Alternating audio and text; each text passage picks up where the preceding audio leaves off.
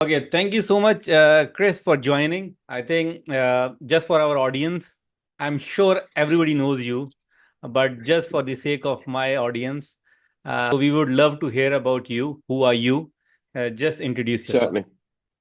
So yeah, I'm Chris Tabb. I'm one of the co-founders at Leading Edge IT, Elite IT Data. Um, been in the data industry probably longer than I like to admit, probably over 30 years now.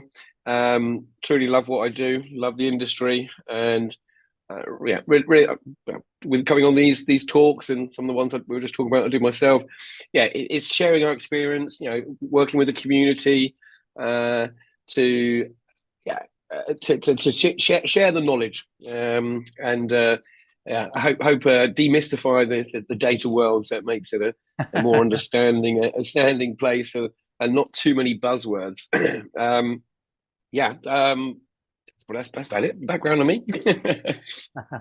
No, it's always pleasure to talk to people like you who are really into data and you understand and you have been in here for decades, right? So I think let's jump on to our Mm, topic, which is topic. Mm, data platform gravity. When you yeah, named yeah. one, I got very excited because this was something new I heard. Then I went and Google stuff. Mm. So it seems it was there, but again, a term which people know, but at back end of their head is not a very public word. But I think you made it famous, if I'm not wrong. I think so. I think about 4 or 5 years ago, I think I'm not saying I'm the first one to call it that. But I talked about data gravity, and I think that was on the first, probably at the beginning of the Snowflake era, probably about 5 years ago, where putting that data into one central location Mm, opened up other opportunities rather than data being siloed in on premise, maybe on maybe some in the cloud, but never all in the same place. mm, And yeah, thinking the gravity term, bringing that all to that central location to allow the business to analyze data and it be joined up and modeled in a way that you can actually query it and get more insight than you would have if in that scenario of having different data silos. And taking that to the next evolution, and technology drives all of this stuff, but and I may say Snowflake, but it's not the only one that's following this approach. I mean, other cloud providers and other solutions are doing something similar. But now we have got all that data in one location. And with the introduction of Iceberg, so Iceberg is a Apache open source um, file format or table format structure, which allows you to access data that may not be in your data platform, but accessing it from a different query engine. And so that has really accelerated that data gravity concept I talked about. So now we're in a position, now we've got all that data co-located in one place, now bringing the load to it. So bringing the algorithms to it, bringing the computation to it, containers located in the same location. You think about what that enables, the data world and has got complex over the time with multiple tools you're using. So now, if you're able to have a single platform that is able to query or use that co-located data that's been collected by the data gravity, now you can actually push all of your computation, reducing any of the latency, reducing the data movement. And I think that's a big overhead, and if you have to move your data from one location to another location to perform some other computation, you're adding risk, to that. You're adding complexity, security risk when I refer to that, duplicating storage, and additional compute. So the more we can do with the less movement of data, the more effective we're going to be. And the approach of data ops and CI/CD. If you've only got to deal with one location, you're going to be less likely to make mistakes or break things, so you can move quicker, giving that more agility. So are we talking? Okay, I think you have brought a good point of this iceberg, right? So this is something Mm. data sharing thing. Last time we had this data sharing, and Databricks has this data sharing, and I'm sure Yeah. Snowflake also have it, right? So correct me if I'm wrong. This is something like virtualization last time we had, right? where we, Yes. exactly right. But see, in virtualization, I love virtualization. My own architecture, DAS architecture, has the virtualization layer. You cannot run away from the Mhm. virtualization if you need to connect with data store sitting here and there. So when we say data store, it need not to be a data silo, because see, right now we have so many data stores. So last time Yeah. we had data stores like OLTP sitting here and there, blah blah. So we used to call it dark data or data silos, right? Now what is Hmm. happening? We started creating data warehouses or lake Yeah. houses, bring everything into it, which was a centralized approach. Now from centralized approach, we went towards distributed, federated approach. Now everybody have their own lake house. Everybody has their own warehouse or data mart within one organization, right? Then this virtual layer become very important. Now this iceberg, I think, is fulfilling that requirement. Now my question comes. So I'm a solution architect, Mustafa bin Mustafa. So I will throw some difficult questions just for my audience, I right? love that. Bring them Yeah. on. So now I have a database sitting in a SQL Server. I have something in Snowflake. I have something in Databricks. I have something in Oracle. This iceberg slash virtualization can hit that and show you on top of it, right? Now, are we saying that we create analytics directly on top of it? Or are we saying we should create semantic layer right after that? Or because a lot of challenges, right? If you are hitting a lot of source system, your master data will become a challenge. You don't have a golden record. Yeah, I will throw more Mhm. questions. So let's start with this one, data interoperability, which I'm referring now. So how Yeah. that challenge can be faced or fulfilled? So yeah, and I just want to go back to virtualization layer, or I think they've been called a fabric, maybe so, is a Microsoft term for it. Um, and I think there's a difference between where you may have cached that additional information in that virtualization layer, or that becoming a data access layer. So it's or the compute layer that then can then query data that's in your storage layer. So you mentioned, and you mentioned some other vendors there as well. So let's stick at that storage layer first of all. So Hmm. Iceberg Iceberg can store the files and the metadata associated to it to make it a table. Okay. Snowflake can also store internally to it. It can store its files and the associated metadata to, but it's done under the bonnet, so you don't see it as much. Databricks again. You have your Delta Lake. They can do the same approach. So so that storage layer can either be bundled, that's not a good term actually, bundled with the platform you're using, or it could be a separate layer.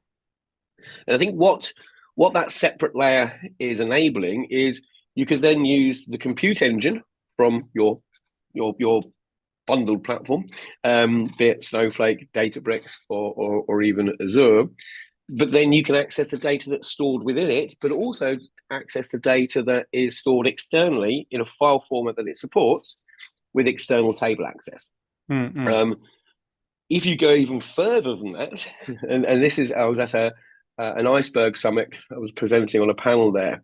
And actually, from the conference, I learned some stuff while I was there as well, even though I was meant to be one of the panelists, so I was asking them questions. But um, the thing they were promoting there is you can actually put some transformation logic, into Iceberg via materialized views. Okay. I'm not saying this is the approach you should go all in on, but there's an opportunity for you to put your transformation logic on top of the some Iceberg tables using materialized views. Then that can be accessed by any query engine you want.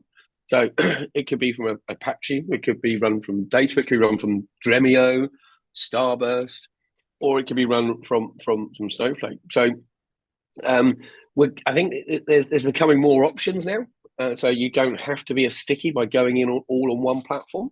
Hmm. By standardizing on a storage layer that's external to your bundled storage layer with your platform, will enable you probably to reduce those silos quicker, but reduce any dependency you may have or vendor lock-in Hmm. that's there. So I think that's how I'd like to see the thing of the storage, the metadata on that storage, and then Hmm. after that, the compute engine. And that storage could be bundled with your compute engine, or that compute engine could be a separate product. Mm, Okay, okay. Actually, I can Oh, ask so many questions on it, but I'm just yeah. rethinking. Let's not go into that one, else this will become a iceberg, not. Iceberg yeah, session. We'll Yeah, do that another one. We'll follow up yeah, with that another time. yeah. Because I have so many questions, right? Access management. When it hit the query engine will be at source system or it here, it pulled into the memory, privacy come into a challenge. If everything Mhm. coming in one place, how cost allocation will be segregated? All those questions Yeah, come. So, yeah. so let's Some park. great points. Some great points. Yeah. Yeah. So let's coming back to the data gravity, right? So Mhm. Yeah. although you have explained a little bit right in the start, but I will again throw this question for a very layman person. And I am targeting juniors, but mostly top C level. Like, Yeah. what is data platform gravity? Just mention it at the definition level. Yeah.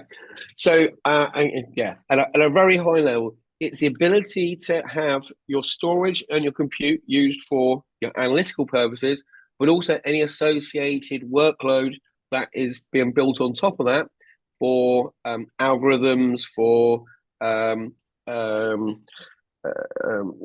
AI, ML capabilities, or even data apps. So we've Mm, now, everyone talks about data products nowadays, and data products again. That's probably a whole other session around yeah, what people's views are, and at a very high level. I'd say a data product is a combination of all the components that deliver a solution for a end user. So, and that is a very high level of piece. But if you think of that data product now being able to leverage the term platform gravity, I've now reduced the number of skills needed, teams I need to talk to, uh, um, security questions I need to speak to because now data's moving around. I've now simplified the number of moving parts means that I can have one particular team that could mm, be self managed. They don't have any outbound dependencies on other teams. They can move quicker. They can move faster, and have less skills across the whole.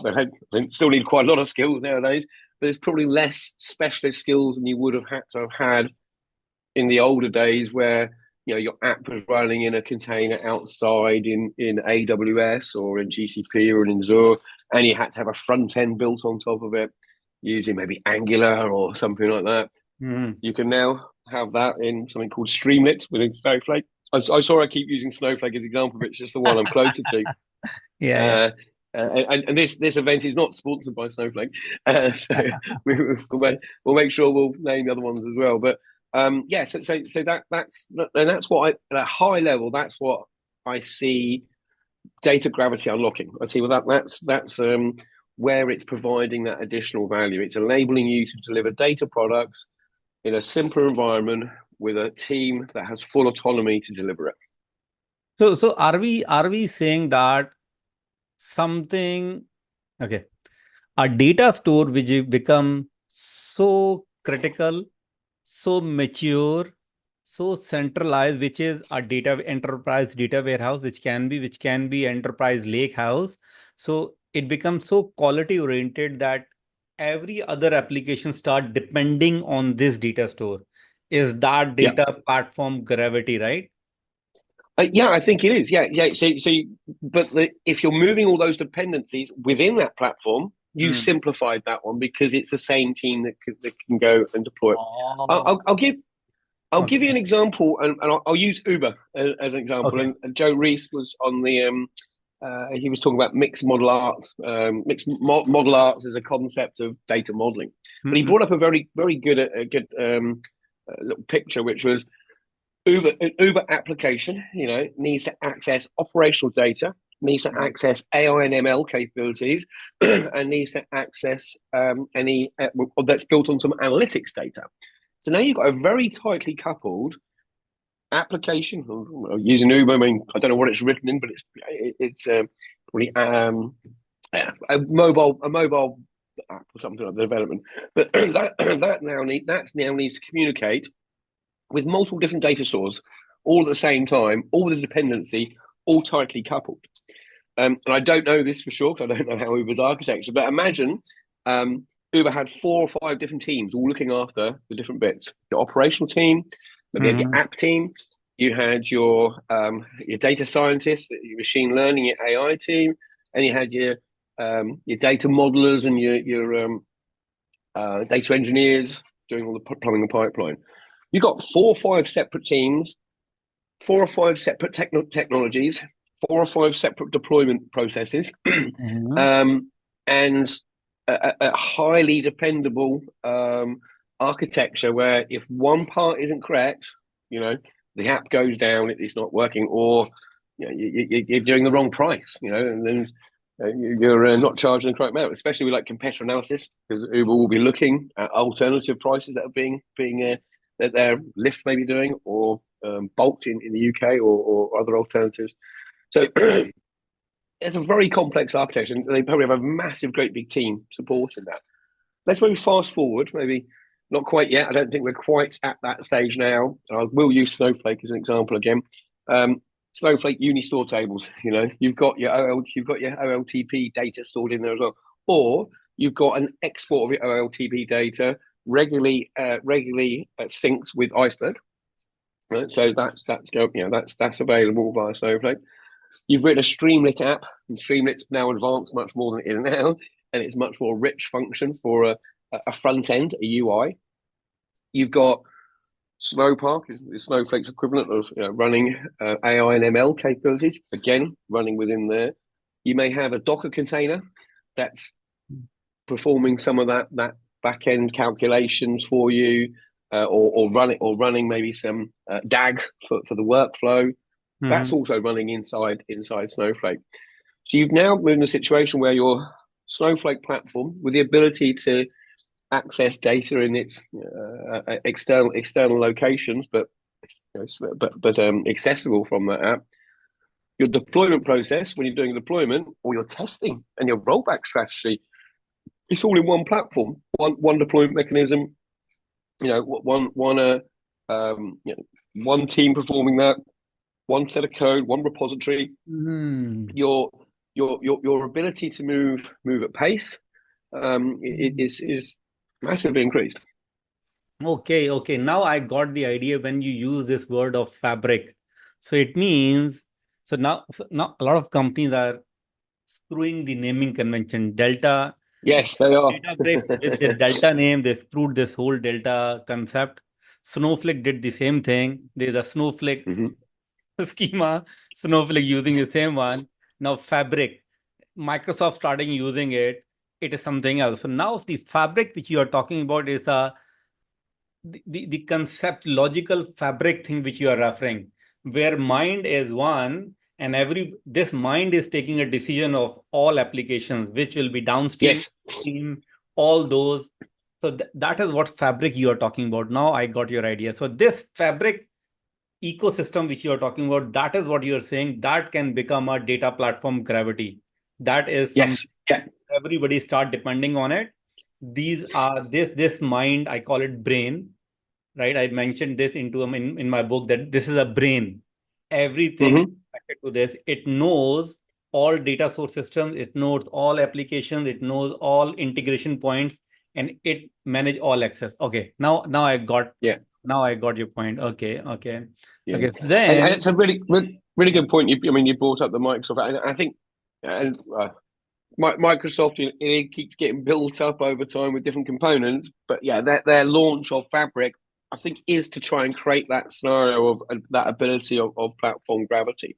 But I will say, always look under the bonnet with Microsoft, because it's not all one product sometimes. And now my next question is very much relevant, which we are talking now. What does data platform Gravity mean in the context of modern data architecture? So I'll bring one. So the modern data platform. So let's probably which I hate the name, because what comes after modern, and there was people talking about postmodern data stack, and then it was like I think I went off ranting about, is it modern data stack 2.0 or is it 5.0? Is it 10.1.3? Because it sounds very mature and a stable product like Oracle was. So yeah, so the modern data stack. So if you think about the era, let's probably go back to right to the beginning from when I started. The data warehousing platform. You had probably an Oracle database or data warehouse or Netezza or Teradata. You probably had Informatica, which is an ETL tool. It did your orchestration, it did your ingest, it did your transformation, it did your reverse ETL if you ever did, before it was even called reverse ETL, it would be able to output the data as well. Yeah. And you had a visualization tool. That was probably it. Business objects, Cognos, were the first two, SQL Analytics maybe. That was all you had. You had three components, and that was your platform. Very expensive platform, I would say. It wasn't very cheap to them, and you didn't have high availability. There was never DR on them. It was a smaller number of moving parts. And I think there was many reasons why that wasn't as successful as wasn't as mainstream as it is now. Data platforms. Then what the big data bubble, as I like to refer to it as, enabled for the masses. Anyone could access. Anyone could run a data platform. It runs on commodity hardware. Software was free. So I think that provided the ability to give that to the masses. So then modern data stack, which I think we're at the tail end of that. I think I'm coining the word composite data stack. Multiple components that can be put together. But we've evolved. I mean, during that modern data stack period, there has been consolidation, and the modern data stack. I'll start with what the default ones for many years. It was Snowflake, it was Databricks, it was Airflow. Then after that, you'd probably have an observability product on top of it as well. Then you'd have a reverse ETL tool on it as well. Then you'd have some AI and ML tool that go in there as well. Then you'd probably add a FinOps tool to it as well, because you need to try and recharge everything. And before you know it, you've got 8, 9 different vendors that you're stitching this product platform all together. It's complicated and become quite expensive, with all of the different licenses, and also maybe the inefficiency of how things have been built. I like to refer to this as that people thought the cloud fairy paid the bill. No one was worried about your Snowflake consumption or your AWS credit or costs and like that, because it all came out of OpEx. There was not much of a focus on it as there was before, because you had to CapEx, you had to go and pre-plan to go and get this budget. So that was sort of long build up to answer your question there. So okay. what does platform gravity? What's the next evolution of that? And I think platform gravity, it provides that simplification of the number of vendors you may need. It probably becomes a simplification of the number of teams that you need. And I'll use that probably similar. I'll go with what I think, again, using Snowflake's example, but ingest, I can probably do a lot of it natively now. Snowflake has a lot of connectors. It has bi-directional connectors to Salesforce and some other vendors out there. So you don't need to have that extraction tool. You could probably run all the transformation code using tasks and streams within Snowflake. So you don't have to go and maybe use dbt. That's there. You could even probably do the orchestration with streams, but you maybe Airflow, but actually have Airflow running in a container that's sat within Snowflake. But also maybe using the associated metadata to create the DAGs automatically. So because it's very easy there, you've got the metadata there. I know me and Daniel talked about as well, metadata. The next, the next evolution of data about data. Yes. So the more you can automate stuff, building these pipelines from metadata that's there within a single platform, you now have that next. So you're not quite going back to the the number of vendors we had right at the beginning of this journey, but we've reduced the numbers, reducing the likelihood of breaking things when you make changes, and the unlikelihood of reducing that complexity of coordinating across different teams. I think, I've said this many times. Data technology is easy. People processes are hard. Yeah. So if the So I can, technology can enable you yeah, to simplify your people and processes, we're in a better place. but I can throw a challenge question over here, right? This comes whatever you are saying, right? This is a fabric concept, traditional fabric concept, and now I understand where you're going.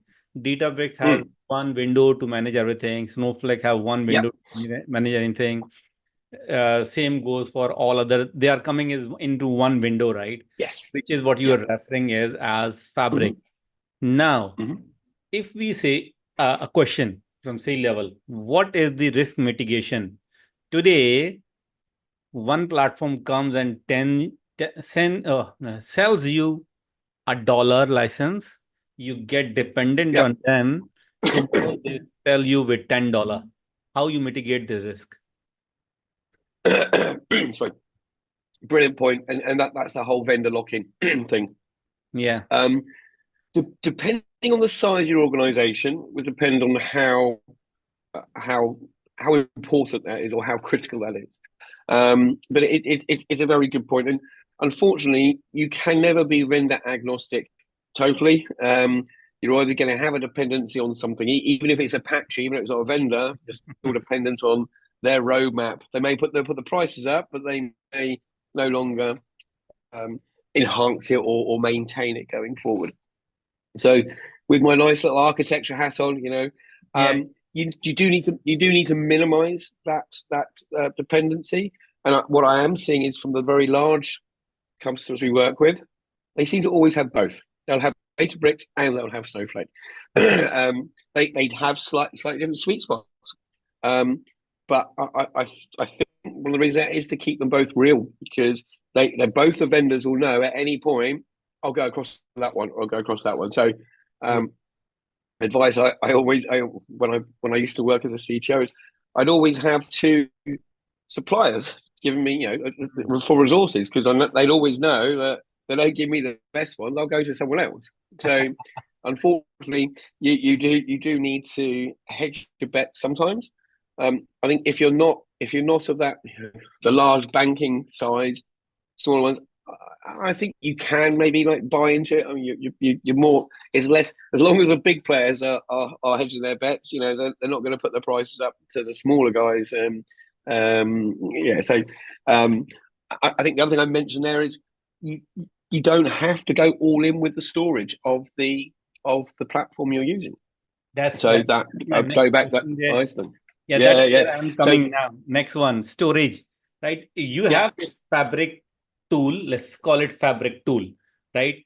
yeah, You have it, but this one is mostly for compute. Storage yeah. is separate, right? And the compute is something compute, they use nodes, VMs at backend, right? So now where you can tag and you can segregate the cost, Yeah, right? Now storage, when we talk about storage, right? That is where I think if you have this fabric thing, you can have storage in such a way that it can be accessed by other technologies as well.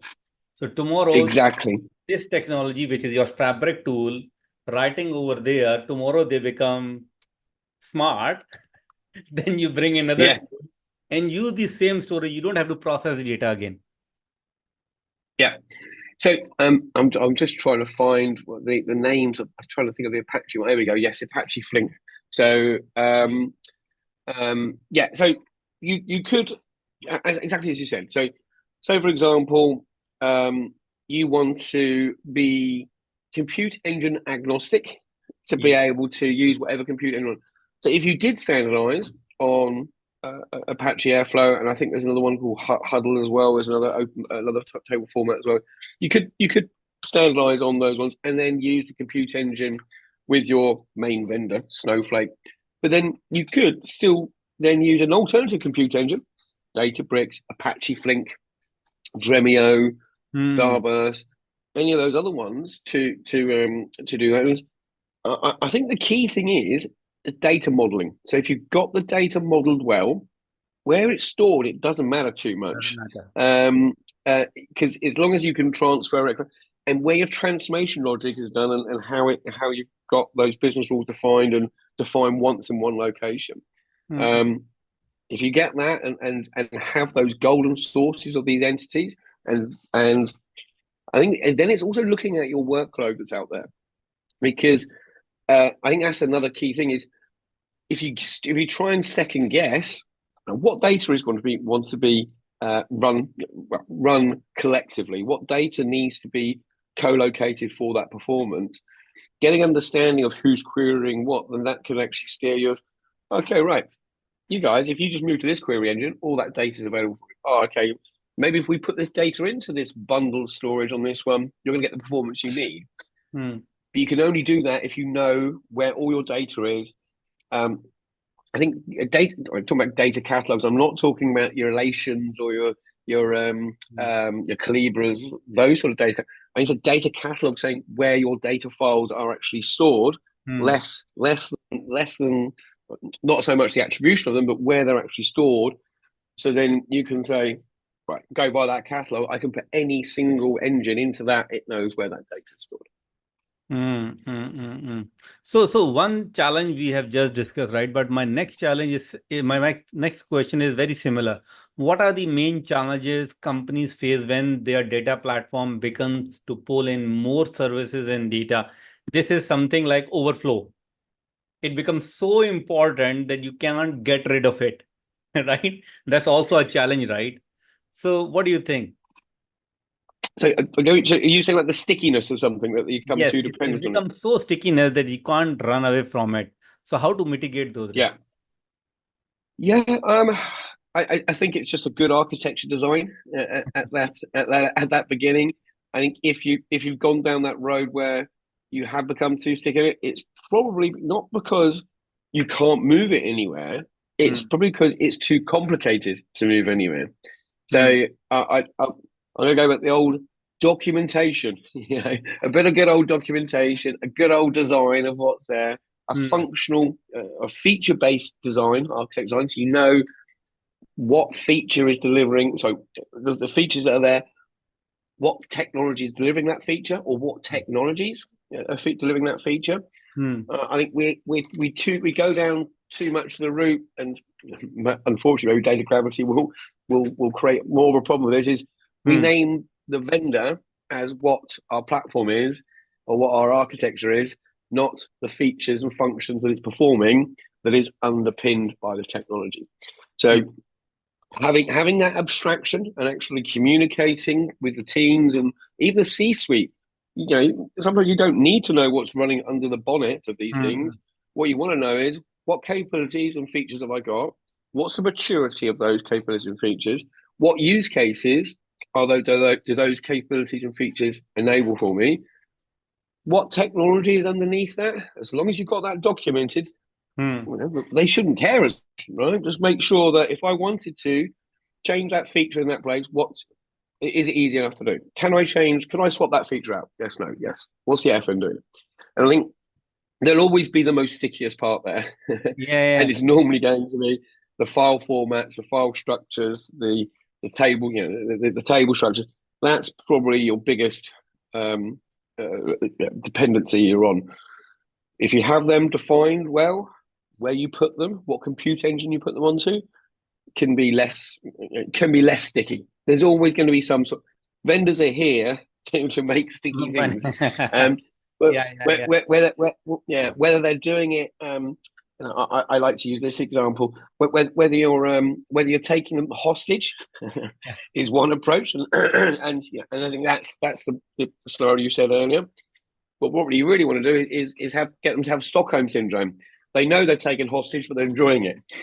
Yeah. So you're now happy to be them, and I think that can be created by um, wrapping other services and wrapping other features around something is, well, why do I want to go anywhere else? I've got everything I need in this one location. So, yeah, vendors are always going to want to try and lock you in. Yeah. How painful that lock-in is, and I think that's what you need to mitigate. I think the best way of mitigating that is via good architecture, well-designed architecture, well-documented architecture, that will enable you to react to changes happening or be able to estimate the effort to change things, and then not to be held over a barrel by any vendor when they change the pricing. That is what brings me my exactly next question. The impact of data platform gravity from the angle of data governance and security across enterprises. So as you mentioned, how good your architecture and maintenance is and documentation is, that is where governance become very important. What do you think? Yeah, so I think what that, going back to that data gravity, the less, or data gravity before platform gravity, the less data movement there is, the easier it is to govern, the easier it is to secure, and the easier it is to document and catalog of what it is. Correct. So less copies, less risk. I mean, I worked on PCI compliance solutions, which is a credit card HIPAA compliance for medical information. You don't want to move that data. Once you've got that data in and you've spoken to the CISO team and you said, here you go, will you sign off my design? No, I've got least privilege access. When everyone comes in, they see nothing. They have to request additional access to get to see more. I've got tokenization. I've got one-way encryption. I've got obfuscation. I've got all the other words that the security or CISO team want to hear. It's implemented in this one platform. Will you sign it off? And we have many times got that signed off by a CISO team. We've made them happy and comfortable that they know that data is secure. If now I want to go and say, right, great, now we're going to go and move that data to another location to go and do some other sort of computation on it. Oh, I've got to go through that whole process again. So, whoa, is that data encrypted in transit? Is that data persisted anywhere? Is it cached anywhere? Oh, can I have the same least privilege access over on this other side? Sometimes I may have to decrypt that data from that solution so I can actually re-encrypt it with the encryption that works on another solution. So you've added so much more complication, added much more time to your development process, because unfortunately, making security people happy takes time and diligence and evidence. So that's really going to slow you down if you have to keep doing that multiple times. Actually, one question here right away before you jump to the next one, right? Actually, this brings up the challenge of data standardization. And when you say you hit directly source systems, are you talking about directly source system of OLTP or OLAP? Because two different. Yeah. Very, very good point. So yes, I'm talking about that OLAP world of where the data's come from the operational system. But in that future, we don't know. So let's go to the next evolution. I think that will come up, which I think will be the next stage of platform gravity. I think this will be platform gravity 2.0. You're hearing it here first. We're on the fly here. And that is HTAP databases, so hybrid transactional analytical processing databases. So they've been talked about for a while. No one's nailed it yet. I'm seeing some of the elements that was in Apache Iceberg, thinking, okay, you use some of those elements, and I'll explain what they are. So OLTP, the workload OLTP, it's small inserts, small updates, small requests for data. That needs a totally different architecture, from your file formats to your blocks it's stored in, to the micro partitions it's stored in, to the compute and the caching layers there. Different design, different structures. OLAP, you want to have large block sizes, bigger micro partitions. You're always going to be querying large parts of data. You're not getting updating individual rows. You're doing blocks of rows. So those two worlds are very separate, and they've been kept separate for a reason. Is the underlying architecture is very different. They have different computation requirements, different storage requirements, um, and that's why they've all stayed separate. So the concept of a HTAP database is it can deal with both workloads in the same platform, but be performant in both those use cases. Yeah, So so you have brought up this very good point, HTAP, right? Because it's also a yeah, new term. It's being there, but people are not using it. It's good is you it have. in your book? Yeah, is it in your book? Yeah. It is in my book, yes. Oh, okay. I was going to say I'd write that one for you as I wanted to. I want to highlight this because this become a very good point for this podcast, right? This hashtag thing, right? So when we talk about this data platform gravity, it means the moment hashtag, maybe we can have a separate dedicated session for hashtag. Mm. So this hashtag can become a data platform gravity because data does not move Mm-hmm. out of it. And then there Yep, can be a yep, processing or compute power on top of it, which can play the whole role. exactly. And if you think about the life cycle of data, so when data is being created initially, Mm, as long as if the platform is able to understand that this is new data being inserted in, right, mm, the underlying architecture, I'm going to have a OLTP style structure for the storage and for the block sizes. But over time, based on the access path of that data, I'm then going to auto magically I can tell you. underneath the bonnet. Yeah. I can put some word there, right? What happens in Mm. OLTP system? What happens? We have a transaction log system, right? We always keep the latest data. The non-latest data goes into the archiving mode. So now, Yep. when it goes into archiving mode, they can convert from row to columnar. They can go into OLAP Exactly. storage Eh, automatically. yeah. Yeah. Also, and you have you have replication between two databases. It's the same thing, but underneath the bonnet, but it's one particular one load balancer or one query, one entry into that where it goes, I know where to route you for that data you've asked for, but I know that's a query that's doing analytical stuff, or I know that's a query doing inserts and updates. So I'll put you on my read write side to do the Yeah. inserts and updates, and the other one I'm going to push that query to the one where I've got that in column store now, which is great point. I missed that bit of the different sort of approaches, row based or Because column based. because we are storing, because we have regulatory like banking, you need to keep 7 years of data, right? So normally what they do is they put it into a tape drive, right? Or you keep a Yeah. historical table, right? No need for that. Mm. Keep the real data right in the front and keep the other one right into OLAP kind of infrastructure framework. Awesome. I think this Yeah. discussion has gone into something very good learning point, right?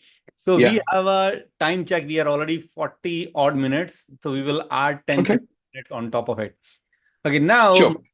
yeah, right. So now my next question is, okay, how does data platform gravity affect decision across centralized versus decentralization of data management? Right, because let me make it You've got some good questions. Good questions. let me hold on. Let me make it easy for audience.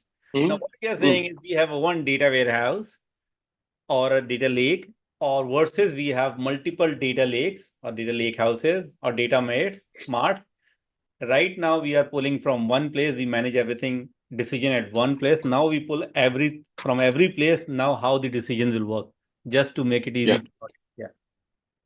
Yeah. So I think the decentralized, centralized dial that we keep twisting, we twist it too much. Oh no, we twist it back, and I think okay. There's no magic answer to this. There's no like correct for one size fits all.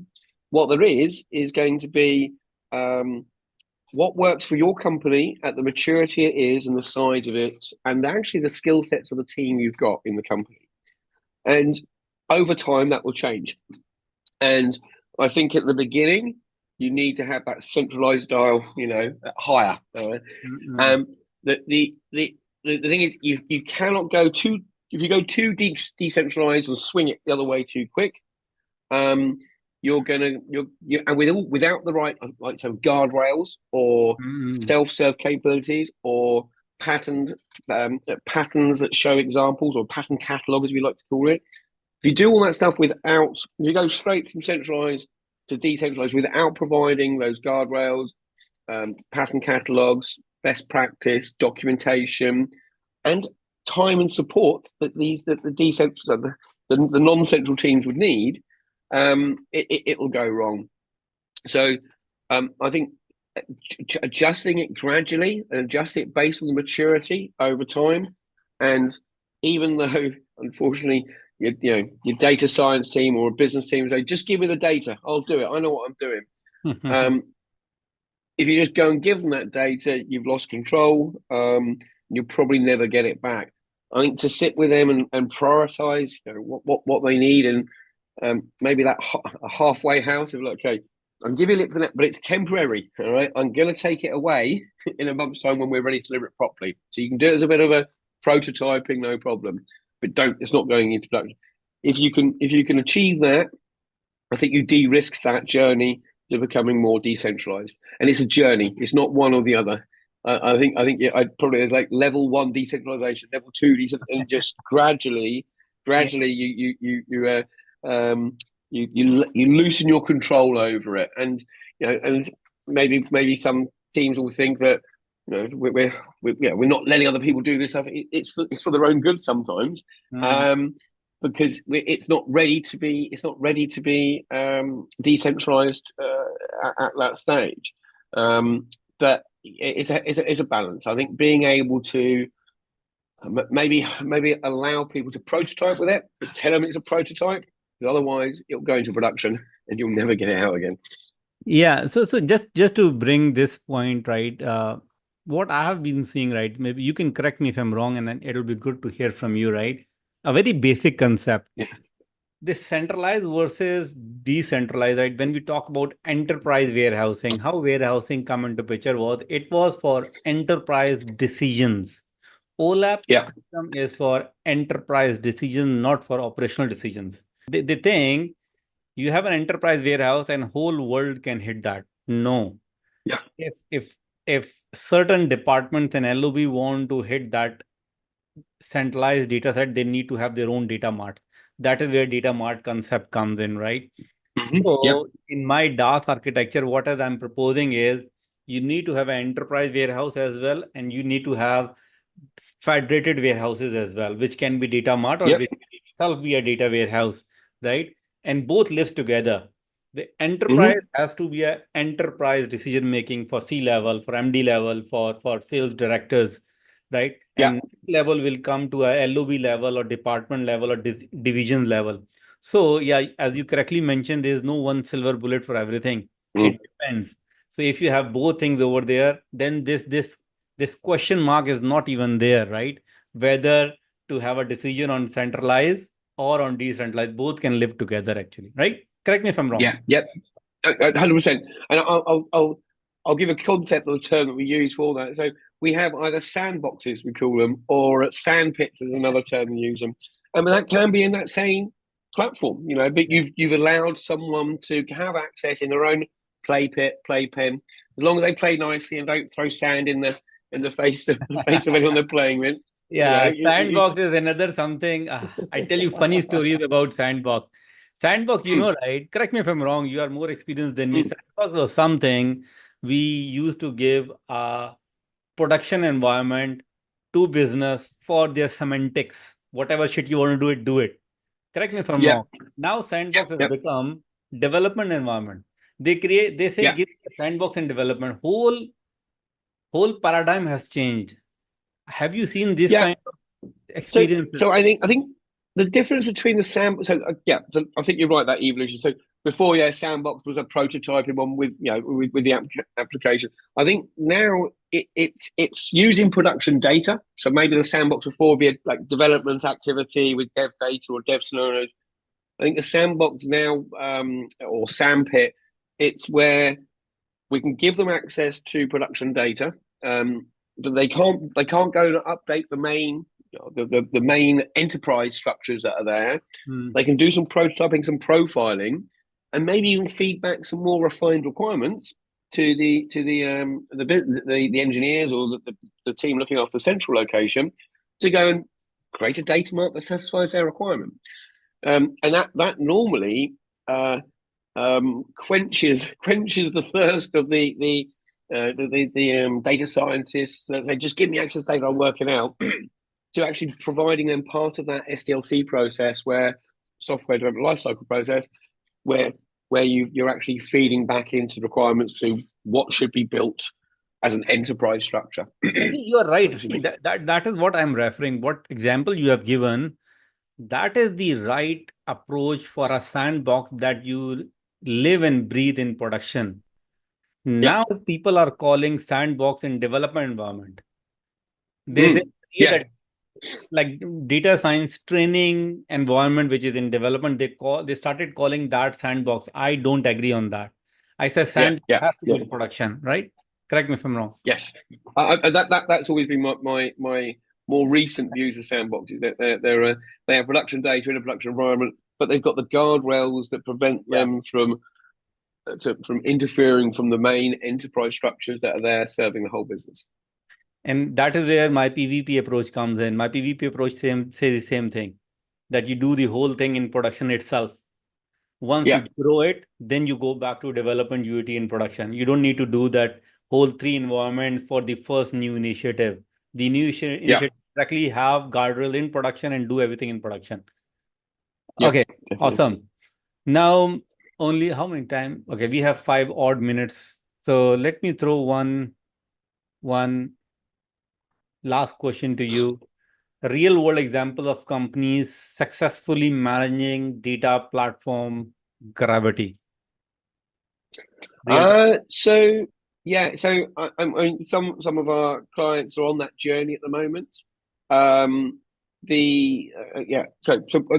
think I've referenced it a little bit to what I was talking about earlier, but complication of running your own DAGs outside in a separate product. The complication of maybe using hand cranked code to do all the data movement. Maybe using a ETL tool to extract data out of Salesforce.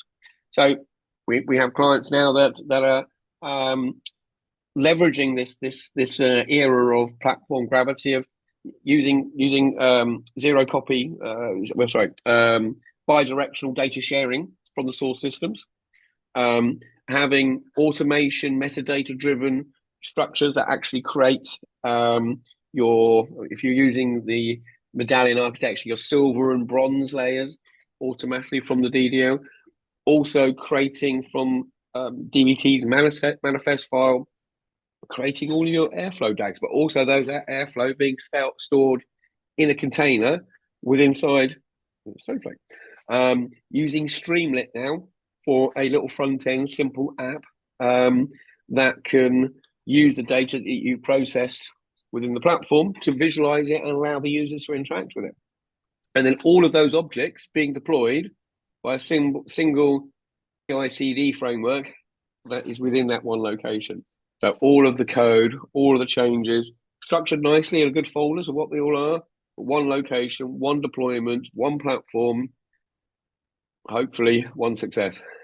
Yeah, so I'm done with my questions, but let me just put one more question which just popped up, which I asked you previously as well. Then when we talk about this data platform Gravity, we are talking about to connecting to the OLAP systems, not the OLTP systems. Yes, we're not quite there on that. I think the HTAP thing will be data gravity platform Gravity 2.0. Good point. Yeah. Yeah. So now I want to bring that to the next level. Is why I'm saying that, because this landing and storage and staging layer, which is right now we have bronze layer in Medallion, right? Yeah. For me, you cannot run away from it, because there are a lot of things you do from landing to bronze or landing staging, like standardization of dates, and removing null values, removing special characters, standardization, a lot of things, golden records, CDC, all those things, unstructured to structured, semi-structured to those things you do from landing to bronze or staging. So that has to be done before you make this fabric brain on top of it. Correct me if I'm wrong. That would be my last question. Yes. So yes, all those things. So I think the only thing that will change some of those, again, I don't think we're there yet, is if we shift left with some of these quality Yeah. rules, and we've already put that I call it data quality firewall is further down. And until then, we need to have those. I think 3-layered approach is the standard. I think the things that may change that is streaming for real-time decisioning. So you may have some of those checks that aren't physicalized or materialized as each of those layer, but you'll have to have those same checks on that data that's being streamed as it comes through. So I think the technology is still the technology stroke the quality of the data is still the barriers to removing or simplifying the number of layers we've got. Whether those layers become a virtual, rather than a physical hop, a virtual hop is I think what could happen in the future. Or if you need things real time, you'd have to build that into your Kafka streaming or your Confluent streaming to put that logic in there, so you're making decisions at the right time. Okay, awesome. So we have a time check. We have only 2 minutes left. I think we are dot on. Thank you again. Thank you, Chris. Thanks for taking our time. It's pleasure to talk to, and thank you to someone who can answer all the questions. Pleasure. See you next. No problem at all. It was great fun. Thank you for having the show. Thanks for listening. Thank you. Take care. Bye-bye.